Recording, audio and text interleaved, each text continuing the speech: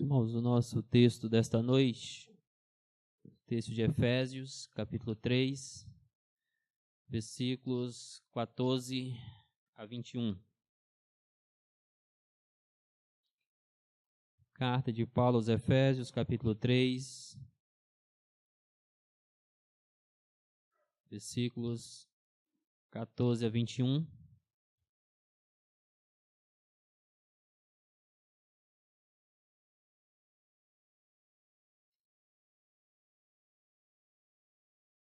Nós concluímos na última mensagem a exposição do livro de Jonas.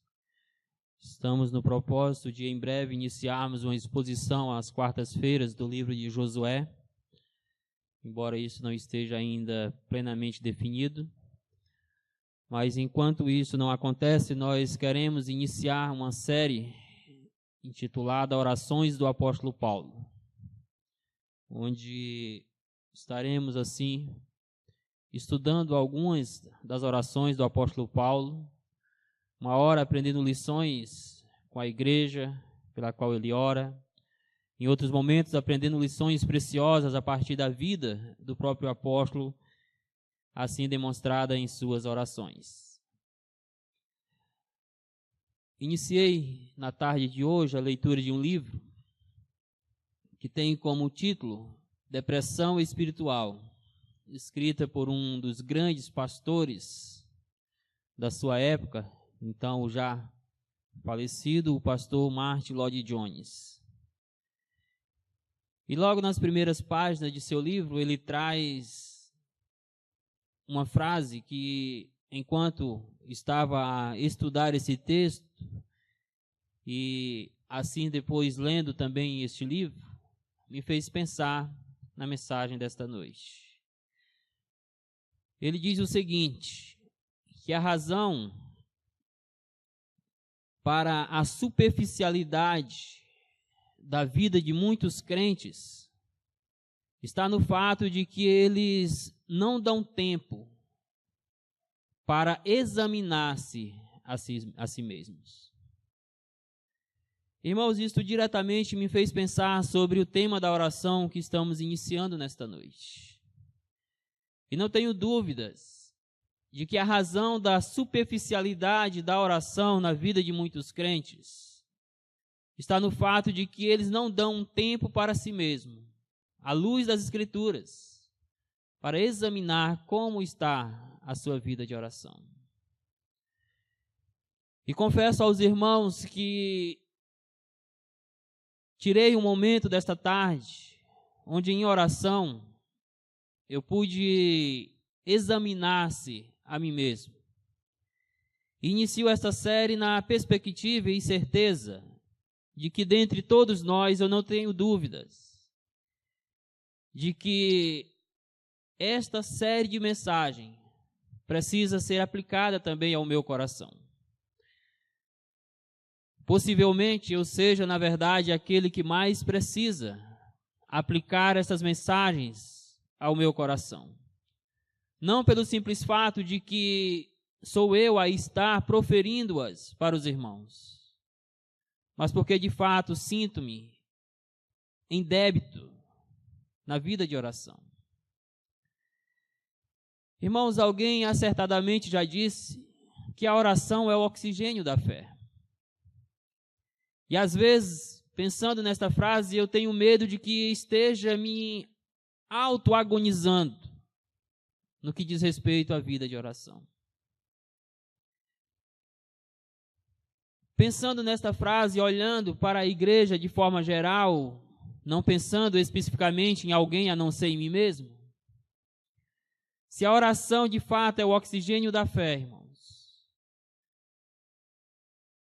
tenho medo de que muitos estejam de fato quase que na UTI espiritual.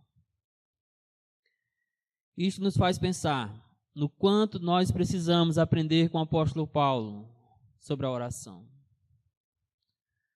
Tanto no sentido pessoal, aplicando ao nosso próprio coração, enxergando as nossas próprias necessidades, quanto no sentido coletivo, como igreja do Senhor Jesus Cristo.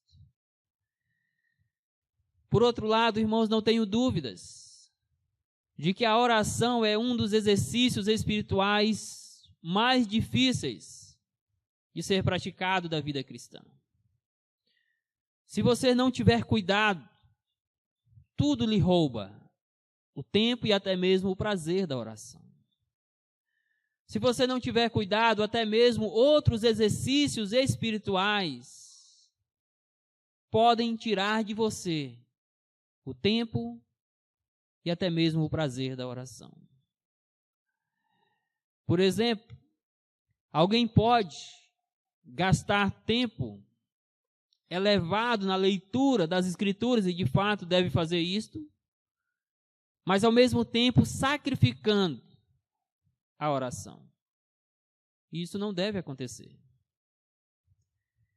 E falando de forma mais pessoal, no que diz respeito ao ministério, muitos pastores, inclusive eu, corremos o risco de nos dedicarmos ao estudo teológico, até mesmo ao preparo de mensagens, à leitura bíblica, e sacrificarmos a oração.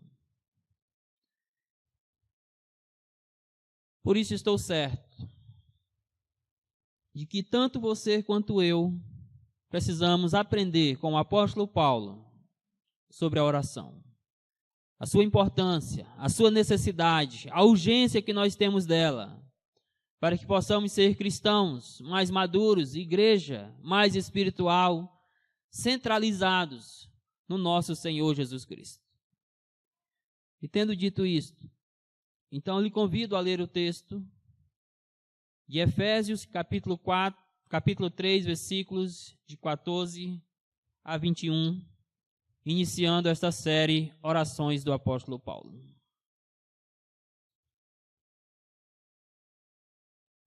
Diz a palavra do Senhor. Por esta razão, me ponho de joelhos diante do Pai, de quem toma o nome toda a família, tanto no céu como sobre a terra, para que, segundo a riqueza da sua glória, vos conceda que sejais fortalecidos com o poder, mediante o seu Espírito no homem interior.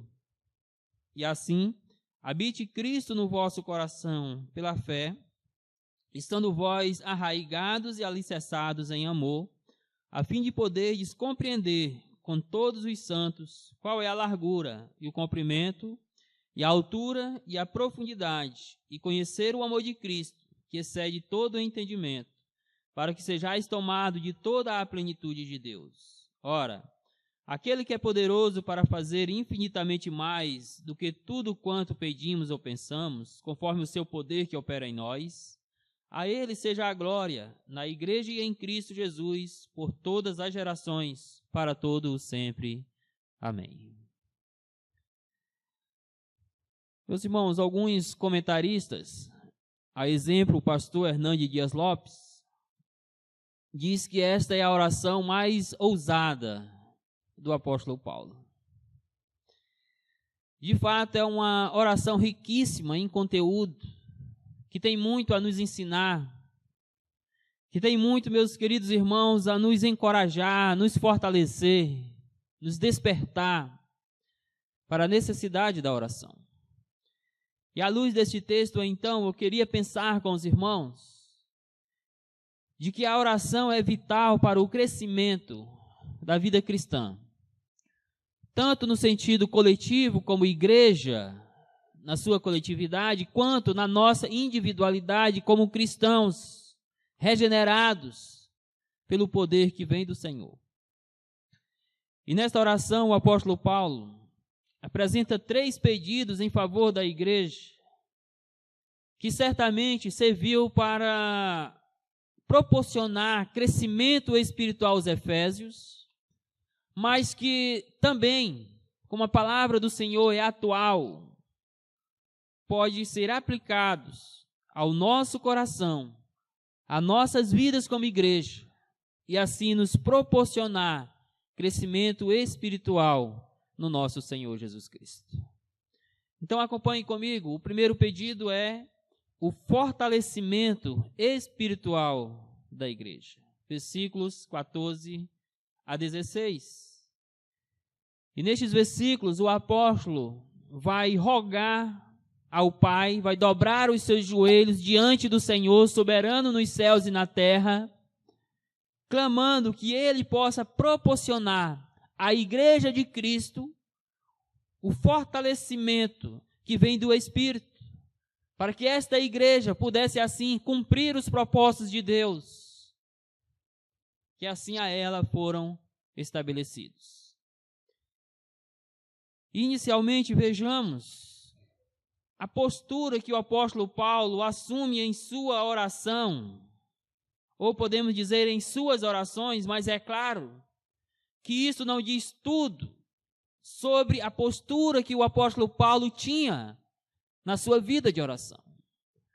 Todavia, nesta oração em específica, ele nos mostra a completa reverência e dependência que ele tinha de Deus por meio da oração. Uma confiança plena, meus queridos irmãos, de que de fato Deus é poderoso para suprir as necessidades da igreja, principalmente no que diz respeito à sua espiritualidade. Veja a reverência deste homem, quando ele diz: por esta causa me imponho de joelhos diante do Pai, de quem toma o nome toda a família, tanto no céu como sobre a terra. Esta expressão, por esta causa, se refere àquilo que o apóstolo Paulo vem tratando desde o capítulo 3, do versículo 1 ao versículo 13. E neste texto ele esteve falando do propósito de Deus para a igreja, como que o Senhor projetou unificar em um só povo judeus e gentios através das boas novas do Evangelho.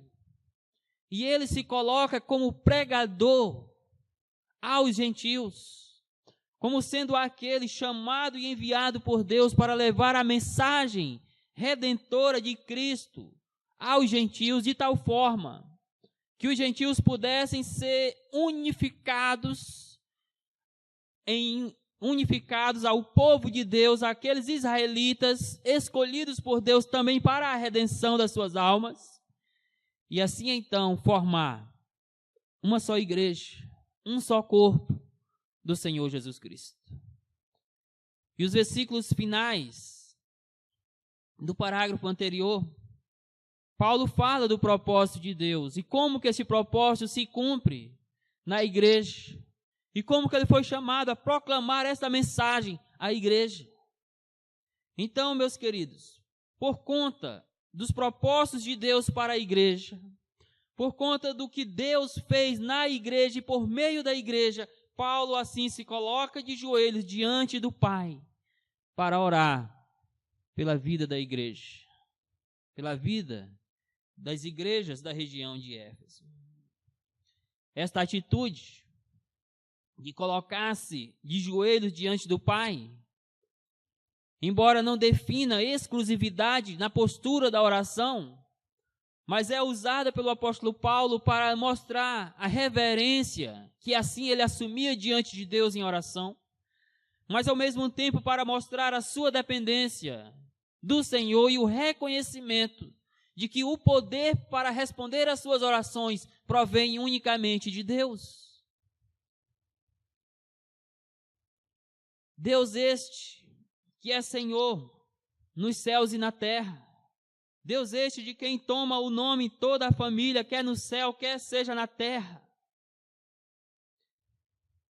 E com isto aqui nós já aprendemos que se nós de fato queremos crescimento espiritual por meio da oração, precisamos assumir uma postura de reverência para com o nosso Deus na oração. Meus irmãos, somos tão irreverentes no que diz respeito a isso. Basta muitas vezes você observar na oração pública que acontece na igreja. Quantas vezes estamos em oração pública na casa do Senhor e ao mesmo tempo tem pessoas conversando, tem pessoas se levantando, saindo dos seus lugares, quando deveriam estar com o coração curvado e prostrado diante de Deus, em reverência a Ele por meio da oração. Possivelmente isto aconteça com muitos em seus lares. Quem sabe aquela oração apressada, corrida. Quem sabe aquela oração que para quando simplesmente ouve o toque do celular ou qualquer outra coisa. Irmãos, é por isso que o Senhor Jesus já nos orientou que quando formos orar, devemos entrar no nosso quarto. E é claro que isso é apenas para mostrar que nós devemos estar no local de reverência, onde nós possamos nos comunicar adequadamente com o nosso Pai Celestial. Paulo nos ensina que, embora não devamos, ou melhor dizendo, não seja regra que você só pode orar se for de joelho, mas que pelo menos você tem que ter reverência ao Senhor na sua oração. Mas em seguida o apóstolo ressalta a finalidade da oração neste ponto, para que, segundo a riqueza da sua glória, vos conceda que sejais fortalecidos com poder. Veja que o enriquecimento espiritual de um crente, o fortalecimento da sua vida espiritual, da sua vida de oração, vem unicamente segundo a riqueza da glória de Deus. É o Senhor, meus irmãos, que na sua infinita misericórdia e graça, responde conforme o conselho da sua vontade a nossa oração e nos concede, conforme diz o texto, o fortalecimento com o poder.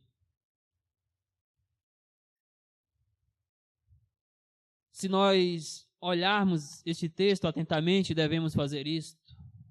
Penso que encontramos a causa porque temos tantos crentes fracos na fé. Talvez a sua fraqueza seja acusada pela sua falta de oração. Talvez a sua falta de poder espiritual, de fortalecimento da vida cristã, se dê pelo fato de que ele não ora, suplicando que Deus, segundo a riqueza da sua glória, possa fortalecê-lo com todo o poder. Poder, é claro, para melhor servir ao Senhor, para melhor servir a sua igreja, poder para melhor compartilhar a graça do Senhor nosso Deus. Poder, meus queridos, para viver a fé cristã. Como que alguém pode, de fato, crescer espiritualmente, ser fortalecido, se ele não ora, se ele não suplica ao Pai do céu, que possa lhe encher, segundo a riqueza da sua glória, com poder para a sua vida espiritual. Irmãos, se não nutrirmos uma vida de oração na dependência do Senhor, nós estamos fadados a sermos crentes, crianças, no que diz respeito à espiritualidade na oração. Eu creio que nós devemos analisar-se a nós mesmos neste momento. Será se a fraqueza espiritual dos nossos dias não é porque falta poder que vem de Deus? Será se a fragilidade espiritual de muitos crentes não se dá pelo fato de que eles não estão suplicando este poder do Senhor por meio da oração? Paulo compreende perfeitamente aquilo que rodeava a igreja, que perseguia a igreja, que podia fragilizar a sua espiritualidade, que podia estagná-la no cumprimento dos propósitos de Deus. E por isso ele levanta este clamor, para que Deus, na riqueza da sua glória, fortaleça aquela igreja com o seu poder. Se você se sente frágil na fé, espiritualmente debilitado, sem força, sem ânimos, se você se sente perseguido na caminhada cristã, faça o mesmo que o apóstolo Paulo. Suplique ao Senhor pelo poder que vem dele na sua vida. Mas veja ainda, neste ponto que o texto salienta, o meio pelo qual os crentes receberiam esse fortalecimento que vem de Deus. Mediante ou através o seu Espírito no interior do homem. O Espírito aqui é o Espírito Santo. A ideia, meus queridos, é que à medida que o crente conserva a sua vida de oração, à medida que o crente busca a riqueza da glória de Deus, o fortalecimento com seu poder, através do Espírito Santo que habita no homem interior, ou seja, na nossa vida como um todo, o Senhor nos concede esse fortalecimento. Isto porque nós seremos cada vez mais cheios do Espírito Santo. E este Espírito que em nós habita estará nos fortalecendo, nos encorajando, nos enchendo do poder que vem de Deus para a vida cristã. Não pode haver fortalecimento espiritual sem vida de oração, mas este poder para o fortalecimento se dá por meio da ação do Espírito Santo que habita no coração de um crente. Novamente aqui, nós percebemos a fraqueza de muitos cristãos. Porque o próprio apóstolo Paulo recomenda que nós devemos encher-nos do Espírito Santo, devemos estar transbordando do Espírito Santo. Isto porque esse transbordar, esse enchimento do Espírito é que vai nos fortalecer interiormente, espiritualmente, meus irmãos. Portanto, de fato, a oração ela é vital para o crescimento cristão. É de extrema importância e necessidade para o desenvolvimento da fé cristã. E é tendo isto em mente que o apóstolo Paulo ora pelos Efésios. E no princípio desta oração, aqui neste ponto, ele pede que Deus fortaleça espiritualmente com o seu poder a vida daquela igreja. Mas o segundo pedido do apóstolo, em sua oração, é a habitação de Cristo na igreja. Quer pensemos isto, na sua coletividade, a manifestação da presença de Deus na igreja, na sua coletividade, ou também na sua individualidade como cristãos, habitando individualmente no meu coração, no seu coração, para que haja o fortalecimento individual e coletivamente iremos estar unificados neste fortalecimento. Versículo 17. E sobre este ponto sobre este pedido, gostaria de destacar 3 coisas. Primeira, Cristo habita permanentemente no coração do crente. É claro que em nenhum momento o apóstolo Paulo quer deixar aqui alguma hipótese de que Cristo possa ser removido do coração do crente. No entanto, ele diz assim: habite Cristo no vosso coração pela fé. Irmãos, o pedido do apóstolo Paulo é que Cristo estivesse constantemente sendo manifestado, constantemente, meus queridos irmãos, estando cada vez mais presente no coração daqueles crentes por meio da fé. Mais uma vez enfatizo, é claro que Cristo não pode ser removido do coração daquele que verdadeiramente foi salvo por ele. No entanto, temos que concordar que quando olhamos para a vida de alguns cristãos, parece que Cristo não habita neles. Basta você olhar para esse cristianismo contemporâneo. Nós vivemos momentos, e abro aspas para citar a frase de um padre, que ele já disse o seguinte, no que diz respeito ao catolicismo, de que o catolicismo estava vivendo um cristianismo sem Cristo. eu creio que essa frase pode ser aplicada ao contexto evangélico e dizermos que muitas igrejas evangélicas, que muitos cristãos estão vivendo um cristianismo sem Cristo. Ou seja, você olha para a vida de muitos crentes professos e não consegue enxergar Jesus Cristo na vida daquela pessoa. É por isso que Paulo ora, para que o Senhor Jesus Cristo esteja sempre habitando no nosso coração, ou sempre presente, sendo manifestado na sua glória, no seu poder, através de nós, no nosso coração, por meio da fé.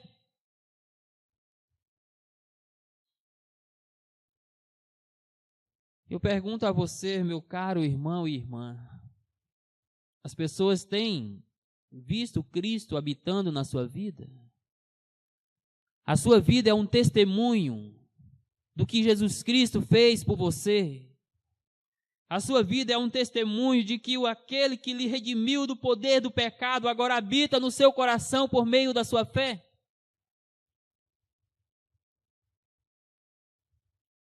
Irmãos, é indispensável que para que nós estejamos cheios da presença de Cristo, assim como também cheios da presença do Espírito Santo, e logo mais à frente o texto vai dizer cheios da plenitude de Deus, nós precisamos de fato termos uma vida de oração.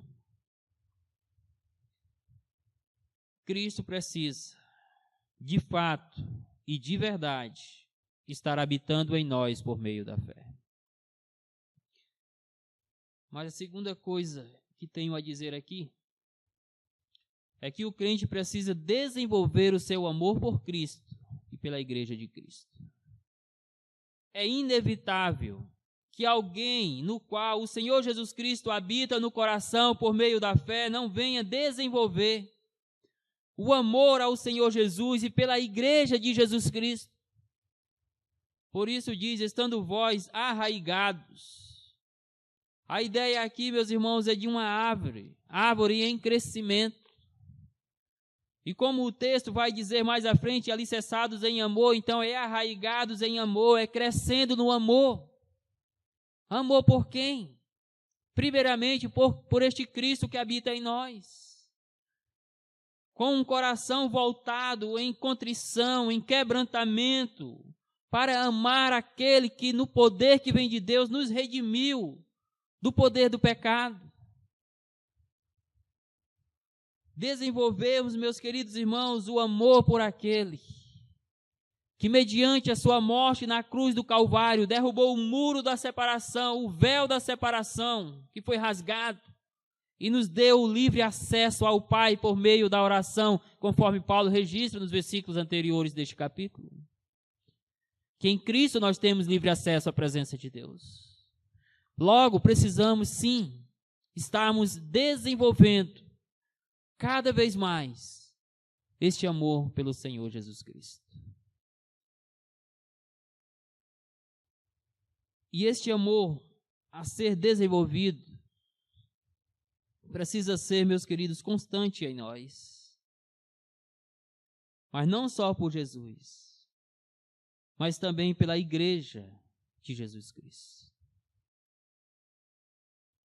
Se o Senhor habita no nosso coração, isto precisa ser evidenciado no amor por Ele e no amor que nós temos uns pelos outros. Será se estas evidências da habitação de Cristo em nós são reais, são visíveis?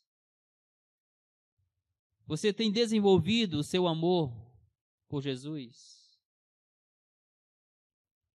Este amor que você diz que tem por Cristo, ele pode ser visto na prática? Irmãos, quantas vezes presenciamos o nome de Cristo sendo jogado na lama, não apenas por ímpios, mas muitas vezes até por pessoas que se dizem cristãos? E às vezes nós ouvimos e ficamos simplesmente calados. Não defendemos a honra, embora ele seja honrado de toda forma, mas não defendemos o nome do nosso Senhor Jesus Cristo. Muitas vezes por timidez, por covardia, por vergonha de se manifestar como cristão, como alguém que ama a Cristo, porque Cristo lhe amou primeiro. Quantas vezes demonstramos falta de amor pelos nossos irmãos, até mesmo falando destes para outros. Mas se Jesus de fato permanece no nosso coração, precisamos desenvolver o amor por Ele, pela igreja. E a terceira coisa que tenho a dizer aqui é que a vida do crente deve estar alicerçada em Cristo. Se Ele habita em você, você deve amá-lo. E você deve fundamentar ou alicerçar a sua vida em Jesus Cristo. A ideia da palavra alicerçar aqui é justamente do alicerce de um edifício em construção, ou que vai ser construído. Ou seja, Jesus Cristo é aquele alicerce, é a base da vida cristã, é o fundamento da nossa espiritualidade. E isso deve nos motivar a ter uma vida de oração com Ele. Meus irmãos, quanto mais alicerçados em Cristo, em amor a Cristo, mais firmes vamos estar na vida de oração. A fragilidade da vida de oração de muitos crentes é denunciada pela falta de fundamento espiritual no Senhor Jesus.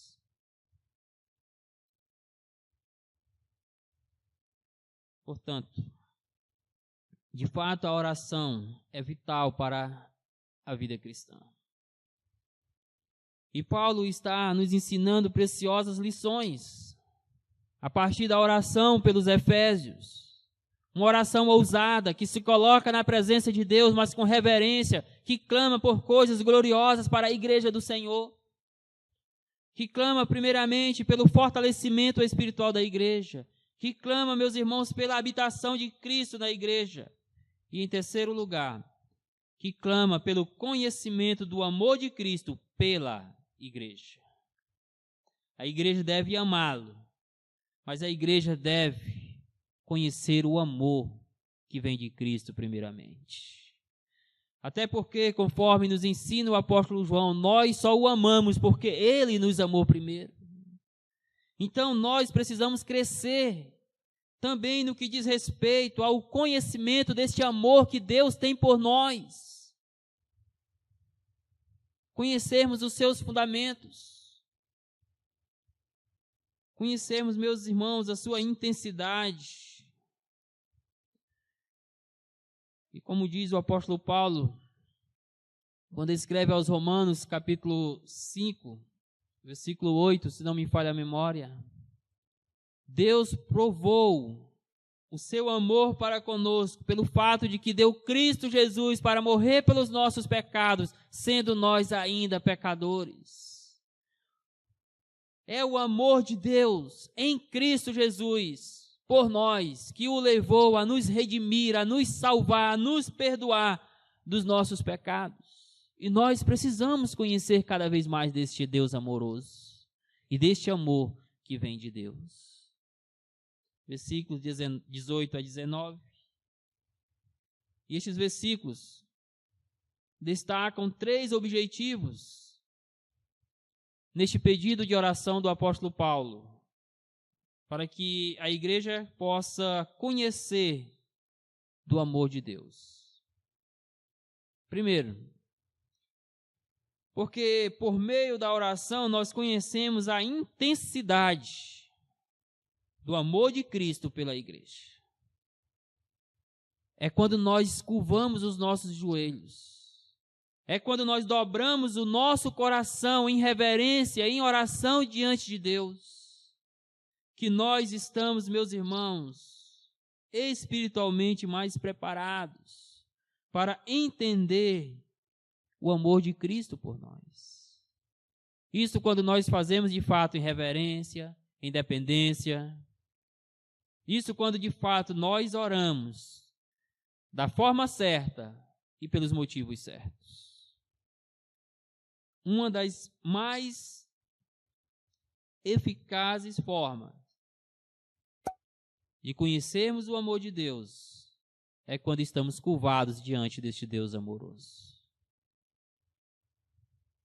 Versículo 18, início do 19 diz: a fim de poderdes compreender com todos os santos qual é a largura e o comprimento, e a altura e a profundidade, e conhecer o amor de Cristo. Algumas coisas já têm sido ditas por comentaristas a respeito dessas expressões, como, por exemplo, largura, comprimento, altura, profundidade, que talvez não sejam exatamente o que o texto queira dizer. Por isso, prefiro resumir todos estes termos para dizer que o apóstolo Paulo tende a nos chamar a atenção aqui para compreendermos a profundidade, a intensidade com a qual o Senhor Jesus amou a igreja. É um amor, irmãos, que não dá para medir. É um amor que não dá para calcular aos olhos humanos. Por isso que o apóstolo João, no seu evangelho, capítulo 3, versículo 16, tão conhecido, ele diz que porque Deus amou o mundo de tal maneira que deu o seu Filho unigênito para que todo aquele que nele crê não pereça, mas tenha a vida eterna. A expressão ali de tal maneira tem significado, a ideia de algo que não dá para resumir em palavras, que foge da compreensão humana. É como se o apóstolo João quisesse encontrar um termo que pudesse resumir o amor de Deus, e como ele não encontrou e não pode de fato ser encontrado, ele disse que Deus amou de tal maneira. Não dá para limitar o amor de Deus, para amordaçar o amor de Deus pela sua igreja, porque este amor é infinito, este amor é intenso, este amor é profundo. E nós conhecemos mais deste amor à medida que estamos diante dele em oração. É quando nós nos curvamos na presença do Senhor, irmãos, com a alma contrita de fato, que nós vamos ver o quanto pecadores nós somos, o quanto indignos da presença de Deus, e ao mesmo tempo nós vamos render graças a este Deus que em amor nos perdoou e nos redimiu do pecado e ainda nos deu livre acesso à presença dele. Mas um segundo objetivo que se destaca aqui neste ponto é que por meio da oração nós entendemos que o amor de Cristo pela igreja excede o entendimento humano. Chega, irmãos, a ser aquilo que alguns podem chamar de um paradoxo. Porque ao mesmo tempo que o apóstolo está dizendo, orem para que vocês compreendam, para que vocês entendam o amor de Deus. Mas depois o apóstolo Paulo vem e diz que esse amor excede o entendimento humano. Ué, Paulo, você está mandando que a gente faça algo que é impossível. Irmãos, o que Paulo está querendo nos ensinar é sobre a importância de estarmos sempre buscando a compreensão, o conhecimento do amor de Deus por nós. Este amor, de fato, excede o entendimento humano. Ele não pode ser fechado na mente humana. Ele não pode ser compreendido exaustivamente pelo ser humano. Porque Deus é um Deus infinito. E os seus atributos não podem ser entendidos exaustivamente, ou seja, completamente. Isso também acontece com o seu amor. Agora imagine o quanto Deus em Cristo ama a sua igreja. De tal maneira de que jamais alguém pode compreender completamente este amor. É quando nós nos prostramos em oração que nós vamos enxergar a beleza desse amor que o Senhor tem por nós. Mas terceiro, e último objetivo deste pedido do apóstolo Paulo, aqui neste ponto, é que por meio da oração nós somos cheios da presença de Deus. Irmãos, vejam como no versículo 16 o apóstolo fala da atuação do Espírito Santo no homem interior. No versículo 17 ele fala da habitação de Cristo no coração pela fé. E agora ele vem falar, irmãos, para que nós sejamos tomados, ou seja, a mesma ideia de sermos preenchidos de toda a plenitude de Deus. É claro que nenhum cristão pode ser tomado de toda a plenitude de Deus. Então, esta expressão significa que o apóstolo Paulo quer que a igreja esteja cada vez mais cheia da presença do Senhor. Cada vez mais buscando a sua presença, buscando a plenitude de Deus para a sua vida. E qual a melhor forma de fazer isto, senão por meio da oração? É por isso que ele se coloca de joelhos diante do Pai. Um Deus soberano, de quem toma nome toda a família, tanto no céu quanto sobre a terra, para orar, para suplicar em favor desta igreja. E ele, então, direciona a sua oração em 3 pedidos: fortalecimento espiritual, a habitação de Cristo e conhecimento do amor de Cristo pela igreja. Portanto, irmãos, a vida cristã se torna mais eficaz quando acompanhada da prática da oração. Por meio dela, nós alcançamos benefícios que são vitais para o desenvolvimento da fé cristã, para o nosso crescimento espiritual. E através da oração aos Efésios, estudamos hoje esses 3 pedidos de Paulo para a igreja de Éfeso, mas que se aplica como palavra do Senhor para nossas vidas, para a igreja de Cristo em todos os tempos. Pedidos estes que iriam fortificar a igreja, encorajar a igreja, proporcionar crescimento, firmeza espiritual para aquela igreja, para que ela em si pudesse cumprir os propósitos de Deus na sua vida. Primeiro, então, que nós vimos, é que Paulo ora pelo fortalecimento espiritual da igreja. Segundo, Paulo ora pela habitação de Cristo na igreja. Terceiro, Paulo ora pelo conhecimento do amor de Cristo pela igreja. E a nível de conclusão agora, eu queria chamar a sua atenção novamente para os versículos 20 e 21.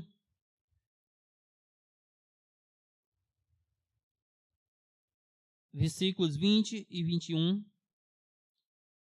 E concluirmos destacando 2 atitudes indispensáveis na vida de oração de um crente.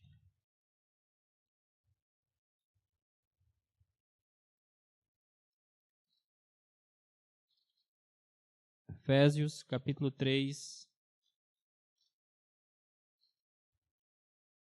20 e 21 dizem assim: Ora, aquele que é poderoso para fazer infinitamente mais do que tudo quanto pedimos ou pensamos, conforme o seu poder que opera em nós, a ele seja a glória na igreja e em Cristo por todas as gerações, para todo o sempre. Amém. Irmãos, eis a perspectiva final do apóstolo Paulo após a sua oração. E eu destaco nas palavras aqui de Paulo 2 atitudes que ele mantinha, que o ajudava na sua vida de oração e que certamente ajudarão a nós. Primeira, precisamos orar confiantes no poder de Deus. Talvez isso não seja novo para você. Mas eu não sei você, mas eu já me senti incrédulo algumas vezes em oração. Não que eu duvide do poder de Deus, não que eu questione que Deus é poderoso, mas porque este coração é tão enganoso que às vezes ele me faz pensar, ou, melhor dizer, ser incrédulo na oração. Mas Paulo diz que Deus é poderoso para realizar, meus irmãos, tudo, ou infinitamente mais do que aquilo que nós pedimos ou pensamos. É claro que isso é conforme a vontade dele próprio. E isto unicamente porque ele é poderoso. Então, se você quer desenvolver uma vida de oração, ore confiante no poder de Deus. Se a sua vida de oração está fragilizada, clame a este Deus que é poderoso para lhe fortalecer, para lhe encorajar a ser um homem de oração, uma mulher de oração, um crente, uma crente de oração no poder que vem de Deus. Se você tem alguma causa impossível aos seus olhos, coloque diante do Deus do impossível. O Deus que é poderoso para fazer tudo conforme a vontade dele. E podemos dizer, fazer infinitamente, veja o que o texto diz, infinitamente mais do que aquilo que pedimos, ou daquilo que nós necessitamos. Curve-se diante da majestade deste Deus poderoso. Desenvolva uma vida de oração, confiante neste Deus que pode todas as coisas. Eu queria, meu querido irmão e irmã, a nível de uma aplicação bem pessoal ao seu coração, mas ao meu coração, este é um momento oportuno para que esta noite você possa chegar em casa, curvar-se na presença do Senhor. E se você tem alguma causa impossível, se você está lutando contra as circunstâncias, contra as dificuldades, colocar essa causa diante deste Deus que é poderoso. Ore confiante no poder de Deus. A segunda atitude que o apóstolo Paulo nos ensina que precisamos conservar na oração é que precisamos orar primariamente para a glória de Deus. Precisamos orar primariamente para a glória de Deus e somente em segundo caso pensarmos em nós mesmos. Irmãos, algo que está errado com as orações contemporâneas, com as nossas orações, é porque nós não pensamos em glorificar a Deus na oração. Nós estamos orando para glorificar a nós mesmos, para alcançar os nossos objetivos pessoais. Nós oramos em favor de nós mesmos, primeiramente não em favor da glória de Deus, em promover a glória eterna do nosso Deus. Paulo nos ensina neste versículo 21 que lemos agora, é que este Deus que é poderoso, irmãos, no qual nós nos colocamos por meio da oração, precisa receber a glória em tudo, em primeiro lugar e até mesmo na oração ou através da oração. Agora, o problema é, será se a nossa vida está glorificando a Deus? Eu não estou nem perguntando, será se nós estamos orando para a glória de Deus? Eu estou perguntando, será se a minha vida, se a sua vida de oração glorifica a Deus? Que o Senhor tenha compaixão de nós e nos ajude a termos uma vida de oração com as motivações certas e com os motivos certos, com os propósitos também corretos, irmãos. Que Deus nos abençoe. E aí, espero que você tenha gostado desse vídeo que você acabou de assistir. Não se esqueça de dar seu joinha, seu like, compartilhar esse vídeo e se inscrever no nosso canal e ativar o sininho.